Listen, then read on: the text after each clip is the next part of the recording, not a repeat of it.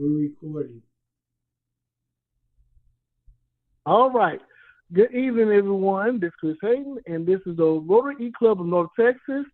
Welcome to all guests. We see we have a guest speaker here. If there's anyone else who is a guest, can you please speak up? My All name is right. Well, Phyllis. what? Oh, Oh, go sorry. ahead. Go ahead. I was saying, if we had any other speakers outside of yourselves, would you go ahead and speak up? But you go right ahead. Do you want me to begin? Oh no, just speak, say who you are, something about yourself, and then we'll keep it going, and then we'll bring you in towards the end of Okay. the meeting. Oh, Go right okay. ahead. Okay, my name is Phyllis Levitt. I'm a psychotherapist and an author, and I came here today to share with you some of my latest book, which is called America in Therapy, A New Approach to Hope and Healing for a Nation in Crisis. Thank you very much for that. All right, so we'll keep it pushing. Can we have someone to do our Pledge of Allegiance, please? Please join me in the Pledge of Allegiance.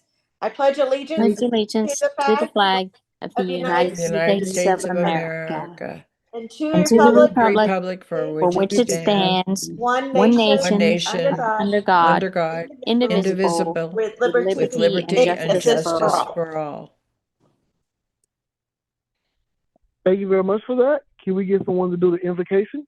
As we gather here today as members of Rotary, we pray that we are ever mindful of opportunities to render our service to fellow citizens and to our community, keeping in mind always the enduring values of life, exerting our efforts in those areas and on those things upon which future generations can build with confidence. Let us continue to strive to make a better world. Amen. Thank you very much for that. And can we get someone to do our vision statement? I'll do that. Together we Okay, see thank you. You're welcome. Together we see a world where people unite and take action to create lasting change across the globe, in our communities, and in ourselves. Thank you very much for that. So, welcome everyone. This is the month of May, and we're doing youth services for this month. We're sending someone for Rala, which is our youth leadership course. The camp is going to be in 2 weeks. We're excited about that. Is there any other projects or services are we donating towards or even participating in? You know what? You want to talk about, you attended the suicide prevention event. Oh yes, I mean I can talk about that in old businesses, Okay. but we can stay on topic for youth services. Yep. I don't have anything else for youth service. Ooh, Silas, our exchange student from 3 years ago. He's coming to Texas. He comes in on Monday night.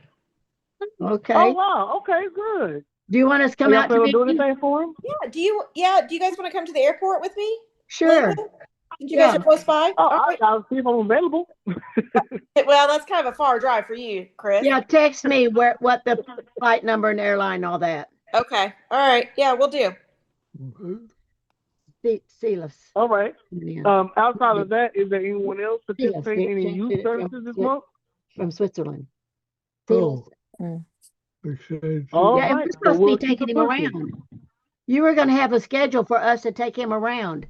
Yeah, he has a friend, so I don't really know what he's gonna Okay. do. Okay.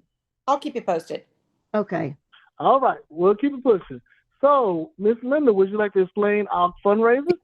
Yes, Lady Jane Jewelry. We still have, that's an open thing. So anything that you order from her, we get 25% of all our sales, and it's donated to the clubs. So whether you have an anniversary coming up, hint, uh, she usually gets it out pretty quick, but it's not just Rotary stuff. She represents about 89 different organizations. So, and then just plain jewelry. So keep it in mind. I've got some of it on now, if you can see it. And anyway, but keep it in mind. Thank you very much for that. So, old businesses. We're going to talk about Rollin next, but before then, I do want to bring up that I went to a mental health symposium hosted by the Suicide Prevention and Brain Health Club is one of our sister branches. And it was a pretty informative symposium where it break down trauma and grief, and it gave us a lot of information to give out to the public. I did tag a post before on our page, but I can always reshare that information if you are experiencing grief. Also use 988 if you are dealing with any mental health crisis or whatnot. 411 is another option you can use. Both of those numbers can get you to the people that can utilize the most. Anything else on that one, Jerica? I did submit in for our final grant, and Linda, they'll be mailing a check to you for $250. I think we decided he was going to just use that for his dues. Yes. No, this is for the suicide prevention. That was one of our grants. No, I mailed it. That check was supposed to go to Shirley Weddle, you told me. No, I'm sending it to you, and then like the district's going to send you $250. You send Okay. $500 to Shirley. I thought it was for Shirley, and I sent her a check. Yeah, you send her a check for $500, Right. and the district's going to send you a check for $250. Okay, I haven't gotten that yet. Okay, it should be out in the mail this week. Okay, hold. Hello. All right, so we'll keep it going. All right, so we talked about Camp Rollins, and one of our students, my big girl, she's not a little girl no more, but she's been going to Camp Rollins, which is a leadership academy, which goes over leadership skills, self-confidence, ethics, and community involvement. So we sent in one this year, and she's going in the next 2 weeks, and we're excited for her to, embark on this new adventure and learn some new things. All right, so we'll keep it going. Any birthdays that I missed? Because I didn't see any birthdays out there. Do we have any birthdays? All right, no birthdays. We'll keep pushing. Any anniversaries for Rotary? All right, I didn't see any. If you do have one, speak up. All right, if not, we'll keep it going. So any other announcements that I didn't announce? I don't have anything. Thank you, Chris. All right. We'll keep it going. And Mr. Howard is on you. Okay. Well, I want to welcome our speaker, Phyllis. And Phyllis has written a book, American Therapy and How Psychology and the Whole Field of Healing Our Individual and Collective Mental Health is the biggest missing piece in how we can restore ourselves to peace, safety, connectedness, and cooperation for mutual good in a complex and fraught world we live in today. So, Phyllis, I'm going to turn it over to you. I recommend you all the rest of us mute their microphones so there's no background noise while she's speaking. If she asks a question, you can unmute. And Phyllis, you have 20 to 30 minutes to discuss your topic. Thank you. Well, thank you so much for having me. And also, if you have questions, feel free to ask me. So I'm a psychotherapist and an author, and I, in my training and in my practice, it became really clear to me quite a long time ago that we're all so influenced by the family systems that we live in, the values that we grow up with, the role models for men and women, the role models for how to handle conflict, what the expectations are for us when we grow up. We learn all these things in our families of origin, and we learn a lot of it also in our communities, in our schools, in our houses of worship, in our businesses. And today with such rampant social media, we learn a lot of that from our country at large, from, national news, from what we see on television and hear on Facebook and all of those kinds of things. So the family system is bigger and bigger and bigger that most of us are influenced by, and that's either for good or for ill. So it wasn't a far cry for me to see that if we took this model of what's a relatively healthy family and what's an unhealthy family, how could we understand what's going on in America today through that psychological lens rather than an ideological lens, rather than who's right and who's wrong, or who's good and who's bad, or who's more worthy and who's less deserving? Could we look at our country through what would it take to heal some of the things that are pulling us apart, that are generating violence, that are hurting people, that are hurting children, that often are justified? So in a family systems model, it's easy to see. It's a little harder to see on a national level, and that's one of the reasons why I wrote the book. In a family system, we know that if children are being beaten or sexually assaulted or told terrible things about themselves, like you're not worthy or you're not lovable or you'll never amount to anything or you're stupid, or they're ostracized or they're called names or bullied or they're just left out, period, or seen as deficient, then they internalize that. And we know that's not a healthy family system. And yet, in the family of America, a lot of this happens as national policy, as practice, as law, even. And we're seeing a lot of that in our country today. And I wrote this book 2 years ago, and I think many of the messages in it really apply even more so today than ever. And I think these messages have always been relatively urgent, and not today they're just urgent. So one of the things that I want to, and I want to share a lot of things with you from my book, and I don't know how much time I'll have to do that, but I'll do the best I can in the time we have. One of the things that is really became so clear to me when I started writing the book was that, we're really like high tech. We love our phones. We love the best cars. We love the best methods of transportation and communication. We want the best medical treatment. We want the best education. We want computers, of course. We want high tech everything. And when things don't work on a technological level, there's a huge cry for improvement, for innovation, for new inventions.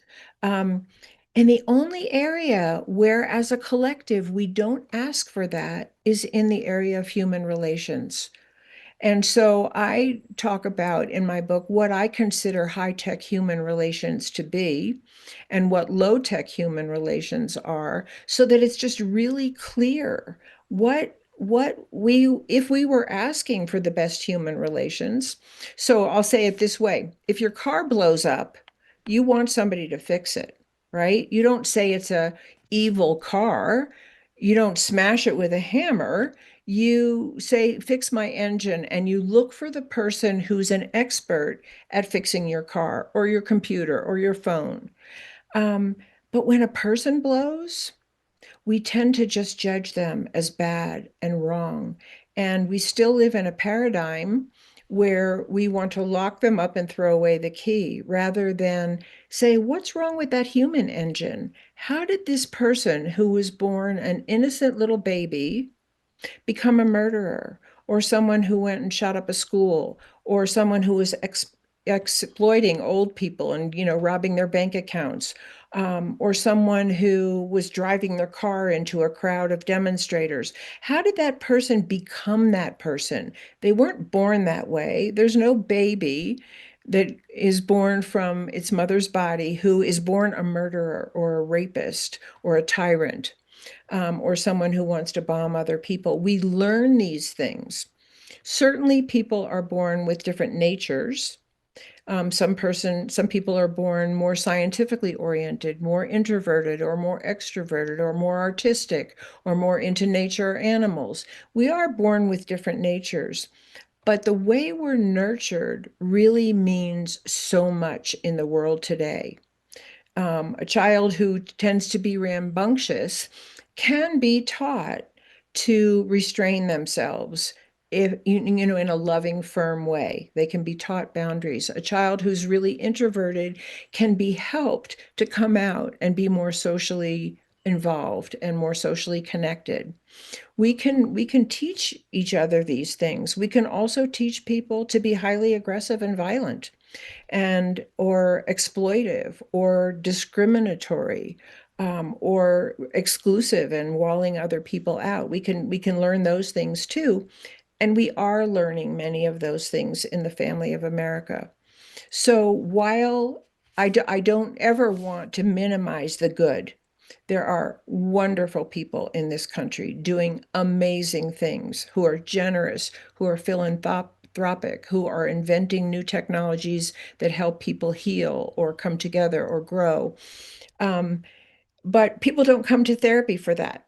They come to therapy when they're in pain. They come to therapy, actually, I would say it this way, to get out of the wars that they're suffering from in their own lives, whether it's a poor relationship where they can't get along with their children, or they're having trouble in the workplace with their coworkers or their boss, or they feel like they're sinners from whatever they're learning in their houses of worship.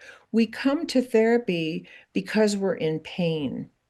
And just like a person goes to a doctor when their body isn't functioning right or their body's in pain, they're looking for healing. And what I have discovered being a therapist for many, many years, and also having been a client myself, that's actually what made me decide to become a therapist, was I went to therapy and it really changed my life.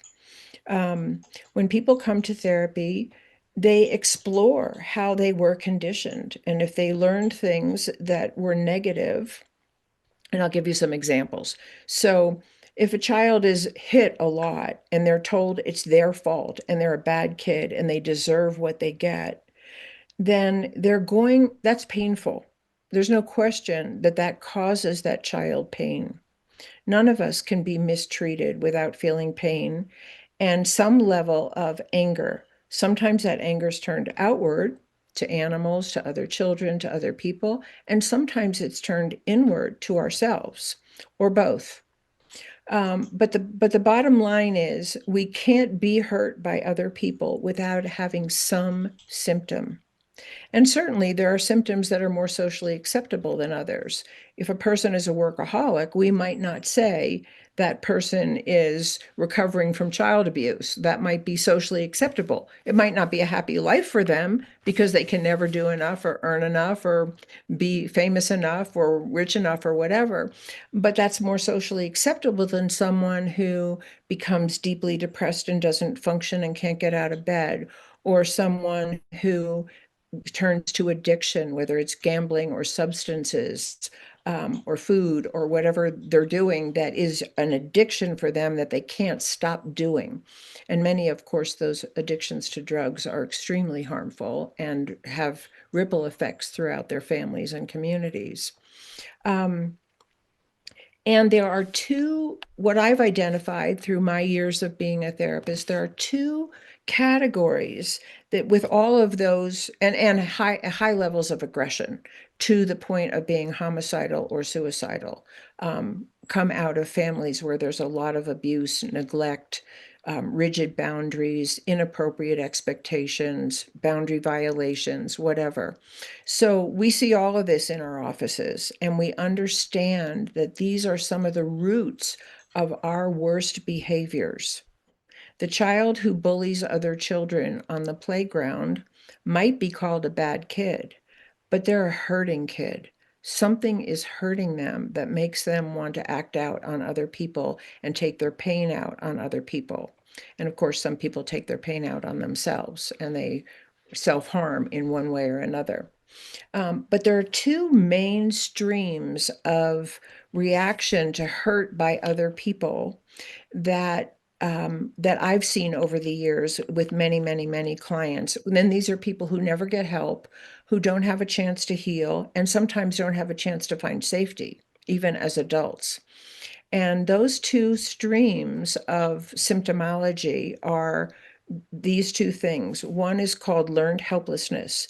A person has been so beaten down that they stop fighting back. They stop trying to defend themselves, and they either hide or they become complicit with the abuse because they think that's the way to get safer than being a target of abuse. And the other, and you see this, like there's so many stories in the news, and I remember this even from when I was very young. There was a woman who was being assaulted on the streets of New York. This was years and years ago. You probably don't remember if you're young here. And there were many people who witnessed it, and nobody stopped it, and the woman was murdered in broad daylight with witnesses. What happened to those people who stood by, who did nothing? Somehow they learned to be helpless. And somehow the person who attacked this woman learned to be the aggressor as a way to survive. So the whole lens of psychology is not blaming. It's how do we get to the roots of violence? How do we get to the roots of discrimination, exploitation, greed, power over others with no regard for the impact on them? How do we get to the roots of war? And because the whole goal of psychotherapy is to heal that. So the goal of my book is to bring that understanding to our country and really to the world, because these things are happening all over the world. In some places, obviously more than others. And for me, at this time in human history, one of the reasons why I think bringing mental health into focus is so urgent is because the ways that we can act out our aggression, our unhealed wounds on other people, are with nuclear weapons, with drones, with destroying our climate. So we're actually homicidal and suicidal to some extent on a very large scale. And if that isn't a call to come back and heal the roots of that, I don't know what is. But a lot of us have been numbed out to the consequences of where our failed human relations are going. So I want to say a couple of things here. And again, I'm going to sort of jump around a little bit to things that I think, though, that connect. Most of us, including myself, grew up in a win-lose paradigm. Somebody has to win. They have to make more money. They have to win the prize. They have to be the best at something. They have to, conquer, and then someone has to lose. And I remember when my kids were really little, we had a parent-run school, and we very deliberately took that win-lose paradigm out of play. We didn't do a lot of competitive games, and there's not necessarily anything wrong with competition or competitive games. I'm not saying that. I enjoy, watching baseball or whatever. But we were really teaching the kids at that early age that the goal of play wasn't to win. The goal of play was to enjoy yourself. And so we created a lot of games where the kids just all played and nobody won and nobody lost. And I think that paradigm is really missing in our world today, that we need actually to survive here. We need a win-win paradigm. And the world of psychology is really all about that. When a couple comes to therapy, we don't say who's right and who's wrong. There may be one partner who's acting out and their behavior may be inappropriate or harmful or not good for the relationship. But the goal is to try to heal that behavior, not say you're the bad guy in the relationship and you should feel shame and you should be punished or you should be rejected.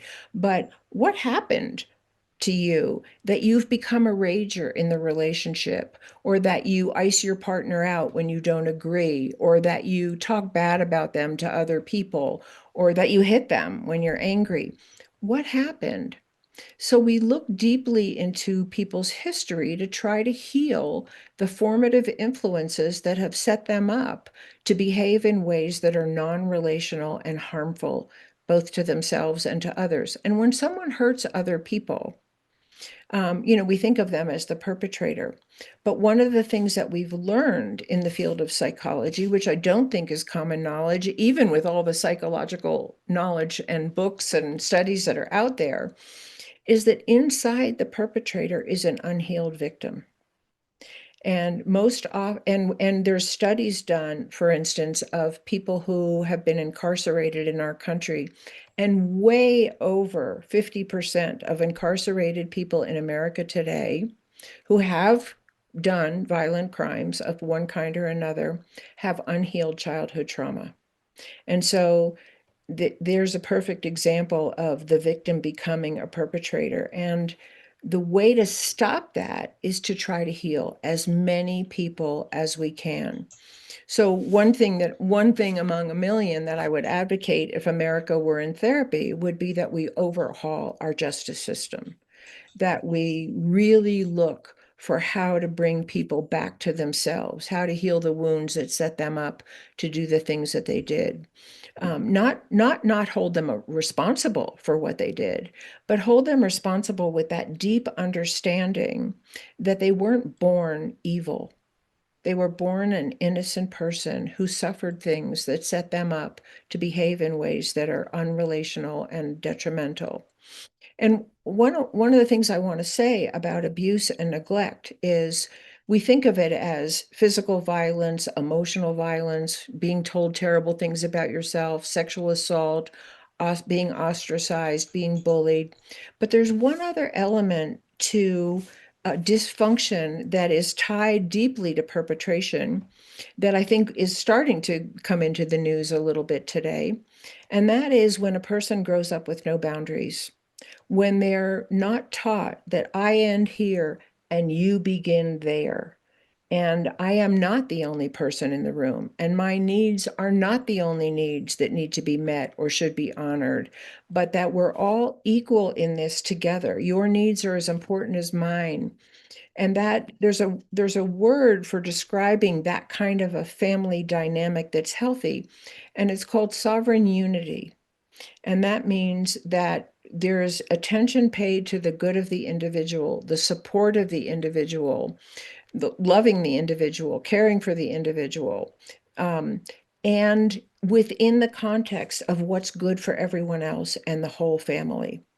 And to me, that model of sovereign unity is something that's sorely needed in this country today. And I'll really just talk about America, even though I'm talking about lots of places in the world, because it's the country I'm familiar with. I don't think we have that as a paradigm that we legislate on the basis of what's good for the individual in relationship to all other individuals and the whole. Are these things easy to do? No, they're not easy to do. And if you've tried to embody any of this in your own life, it's really hard. We all think we're right. We all think the other person is wrong, but they think the same thing. They think they're right and we're wrong.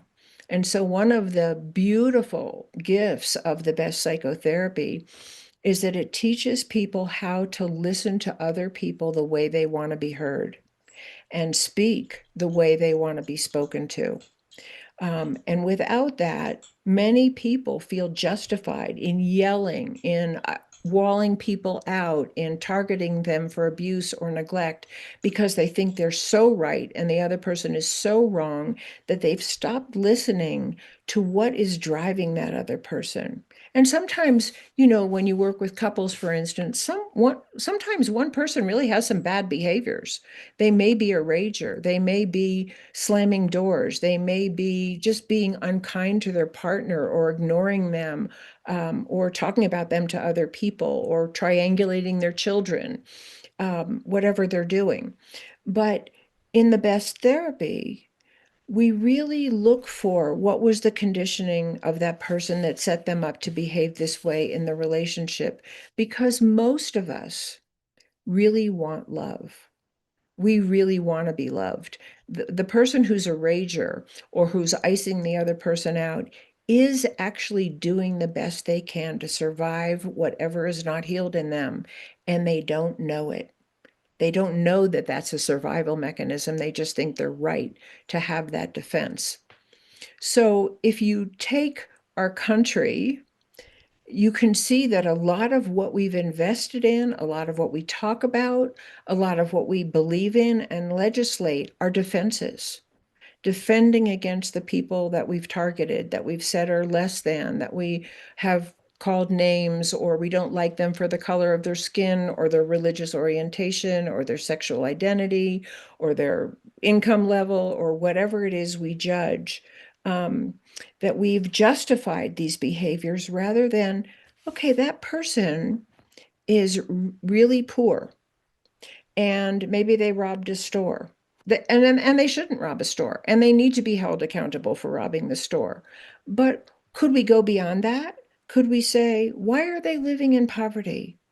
Is the color of their skin keeping them from getting a worthwhile job? Are our wages supporting people to pay their rent and feed their families?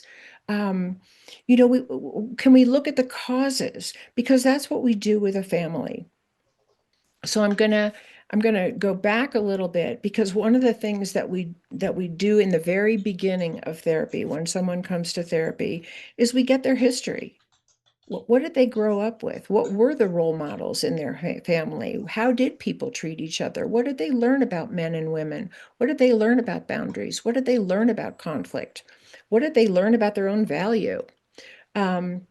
And so, in my book, I start the book by talking to the Statue of Liberty as if she's the representation of America coming to therapy. So she's sitting in the therapist's office and I'm talking to her periodically through the book. And so we start with, what's the history of America? We're a very new country.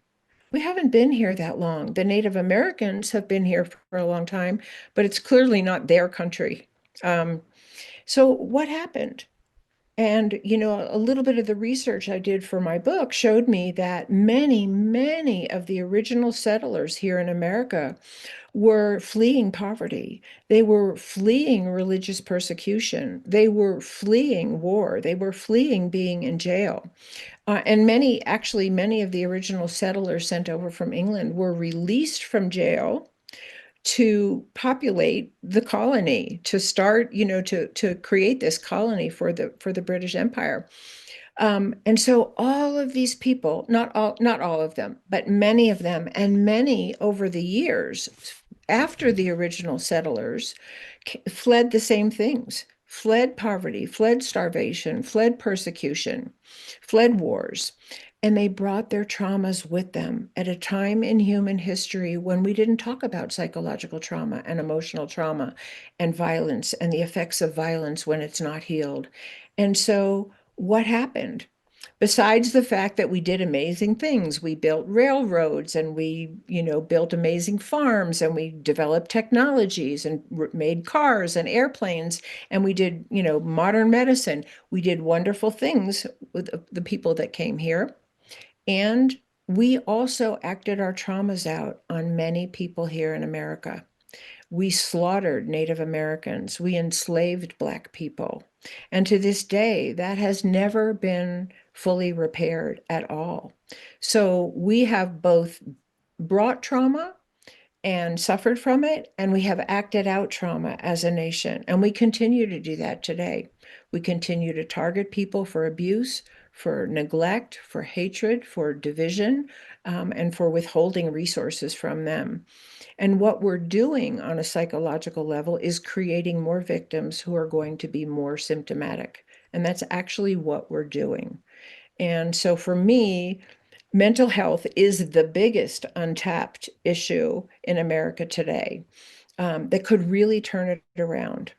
And so what would it look like? I'll tell you some of the things that it would look like, and you can stop me if I'm talking too long.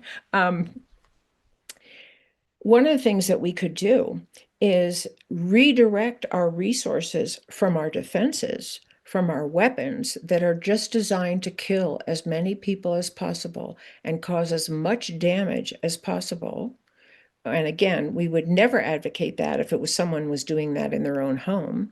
And that disconnect between what we condone on a political level and what we want for ourselves, we have been sold that that's an ideological issue, but it's actually a mental health issue. Mentally healthy people don't want to kill anyone. Mentally healthy people don't want to steal. Mentally healthy people don't discriminate. Mentally healthy people see the good in others. They encourage the good in others. They want to get along. They want to resolve conflict. And in the worst case scenarios, and again, none of us does this perfectly. So don't imagine that we do. We just keep trying. But in the worst case scenarios where people really can't work it out, mentally healthy people leave each other in peace. They still don't act out with aggression or hatred or divisiveness. And so these are some of the things that mental health would give us. And what would it might it look like? It might look like there are actually trained facilitators in Congress teaching people deep listening skills, teaching people empathy, teaching people to get outside their own mindset and listen to somebody else's point of view the way that they want to be heard.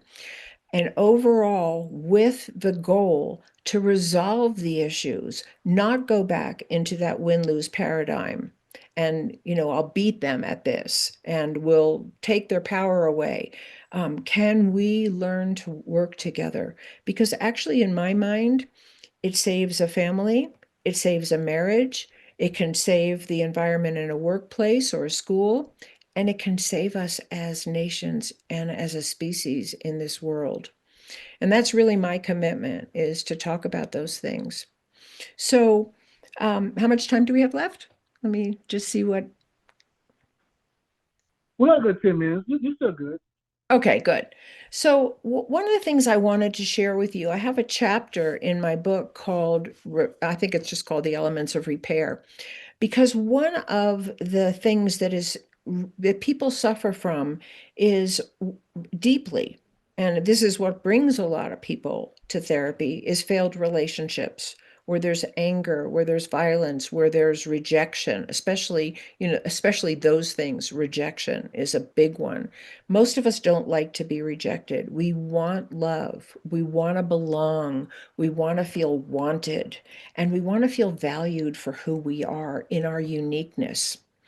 And sometimes what happens in a repressive family or a repressive community or a repressive government is a demand for a certain kind of conformity that actually doesn't work for people's mental health. And it's not based on mental health, it's based on power over. I need you, and I will force you to believe the way I do, to behave the way I do, to think the way I do, the way I dress the way I do, whatever, which really can kill a person's spirit, and block them from actually being the contribution that they were born to be, whatever that might be. So I have this chapter on repair, and I identified 6 elements of repair. And if and you can apply these in your own life. And I work my butt off to apply these in my relationship with my husband. It's not easy, when you're triggered, when you're hurt, when you do feel like the other person doesn't understand you. We just want the other person to get it, right? But that's what they want too. So when there's a rupture, whatever it is, the first element of repair. And so what I want you to think about when I share this with you is how this would apply to a country. Because the whole design of the book is taking what I've learned helps individuals and families and communities, and expanding that out to its application nationally and really internationally. So the first thing that makes repair possible is restraint. It's putting down our weapons. Most people don't bring a gun to the fight with their husband or their wife or their children, but their weapons might be a nasty expression on your face. It could be a really mean tone of voice. It could be calling names. It could be implying threats, or it could be overt threats. So none of us heal in that environment.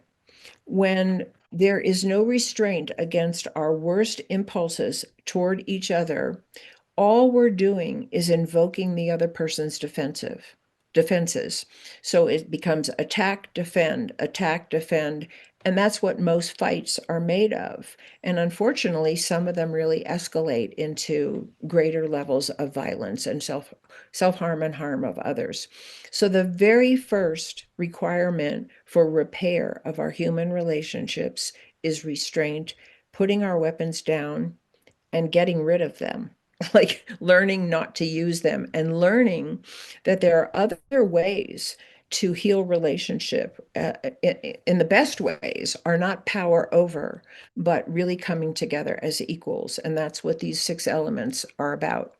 So the second one is, and let me just say this, one of the things that keeps conflict going and alive and escalating is blame. It's all your fault. You're the one. You did this. You did that. The other person might have done something that was egregious.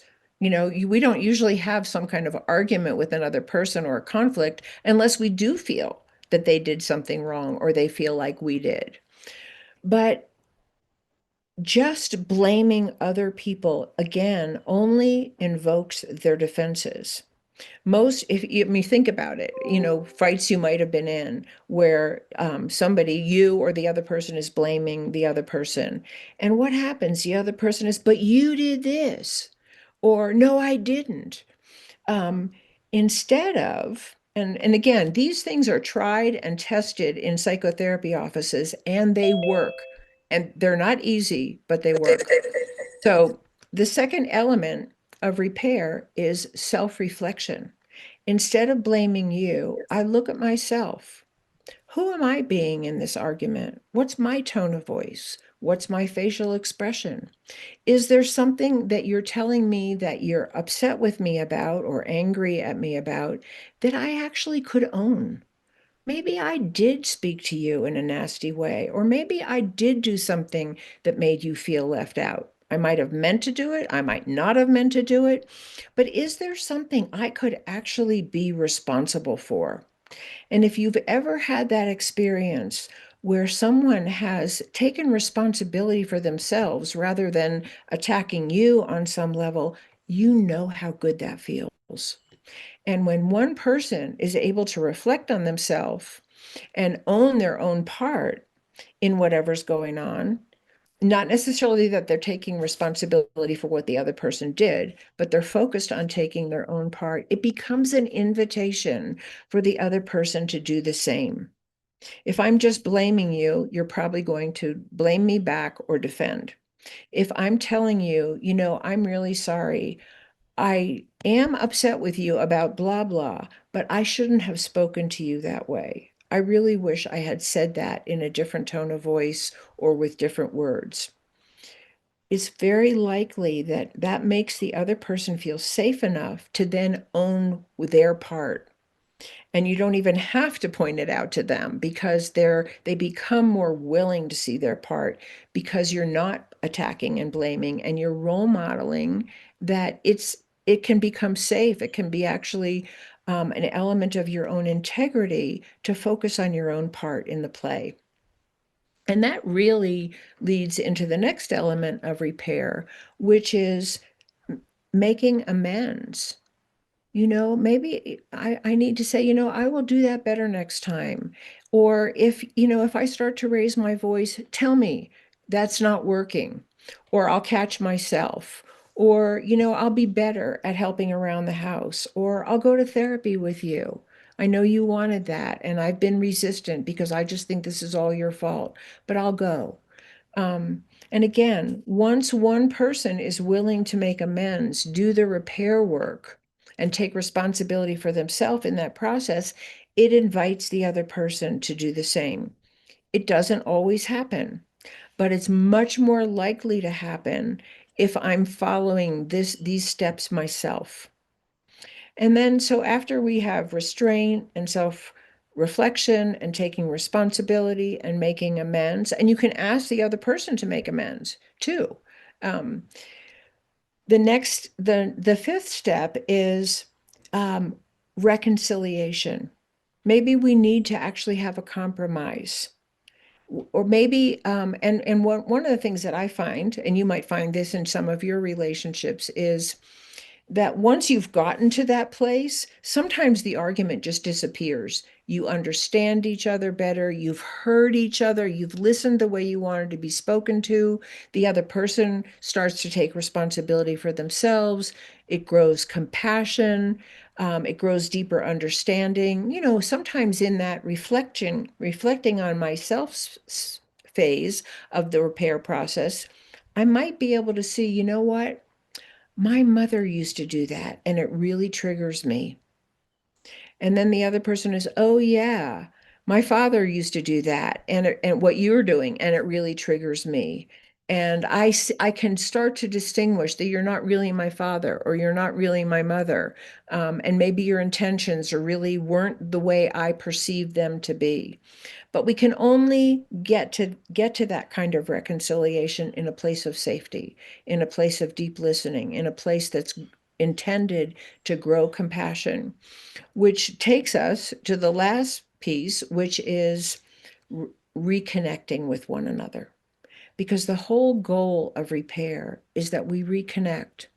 And again, like I said, if that's really not possible and we'll never see eye to eye and I'm still mad at you and you're still angry with me, then we need to agree to leave each other alone in peace.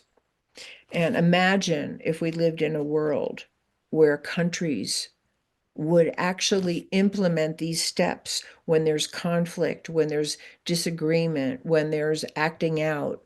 And you know, the one of the things that I was reading about when I wrote my book was Truth and Reconciliation that happened in South Africa after apartheid. And while that model was certainly not perfect and didn't produce total 100%, great results, there was something that happened in that model that I think we desperately need.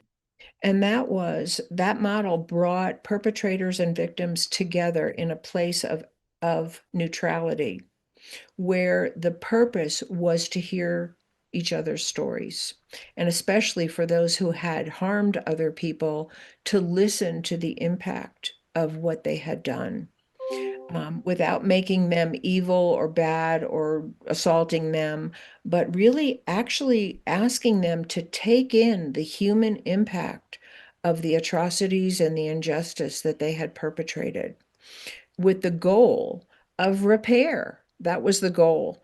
And even some of those elements could really help our country. I know that as a therapist, one of the models that I was exposed to that I thought was in line with that thinking was, there's a lot of sexual abuse in our country. I don't know if you know that. There's a lot of physical violence in our country. There's a lot of people who look like they're doing well, but behind closed doors, they've really suffered and are suffering, or they suffered in their childhood. And it's really important for someone who's been abused to be able to tell their story and be heard without being blamed for what was done to them. And one of the models that sprang up, I think, in the 80s and 90s, because that's when sexual abuse really hit the news, was to have the perpetrator in the room with a therapist, with the person they had violated, and listen to their story and just hear it and take it in, not with shame, not with blame, but with really, really understanding the impact of what their violation had done to another human being. And then obviously that person needed their own help, their own treatment, whatever they needed to get well, if possible, or restraint if they were not able to get well. But in that model, the only people that we brought into the room were people who could emotionally tolerate that and were willing to do it. But imagine if we could have that on a national level in our communities. And it does happen in some communities. And there are programs like the bullying programs in schools, where they let kids really tell the story of what it was like to be bullied. And they have the children who have bullied them listen to their stories. And often they end up sobbing and they feel terrible about what they've done. And they really feel genuine remorse that can set them on the road to behaving differently. So those are the elements of Miss Phyllis, repair. Go Miss ahead. Phyllis. Oh, I'm sorry. We're kind of running low on time. I want to give Perfect. anyone opportunity to ask questions. Sure. Do we have any questions? I Or just All right. comments Well, or something you want to share. Go ahead. yeah. we have a like Chris acknowledged at the beginning, we have a e-club that's a suicide prevention and brain health club that we started about 4 years ago. And so that's going really well. They do a lot of activities, like Chris just went to one last week. And so that has really come along just at the right time. Our president of Rotary International was promoting mental health. And so this all Great. fit in. So we are addressing that. And there are, across Rotary, there are mental health Rotary clubs. That's wonderful to hear. That's wonderful to hear. I'm so glad you're doing that and that you have that awareness, because it's just so, there are so many hurting kids besides adults, you know, in our world today. Just so many hurting kids, and they don't know what to do with themselves, and they really need someone to talk to, and they need help. So beautiful that you're doing that. Thank you. I had two questions before we let you go. The first question was, what inspired you to hone in on this topic? Quick brief on that, and then I will ask the second one after you answer this one. Yeah, I think it was really understanding the depth of how our family systems impact us, and seeing so many people here at home and around the world being traumatized, and knowing, because, you know, I face this every day in my office, knowing the pain that they're going through. I mean, I can't even imagine what it's like to have my building bombed and see my children buried under the rubble. Those people are not going to survive well, and they need a lot of help. And most people in those kind of war zones don't get it. And so what happens to them, and what happens to their children, and what happens to their children, if that cycle of violence and hurt to other human beings never gets interrupted? We just keep passing it on and passing it on. And that's a lot of what we're dealing with here. So that's what inspired me, was really understanding the importance of family and healthy family, as opposed to abusive or neglectful family, and then transferring that to the family of America.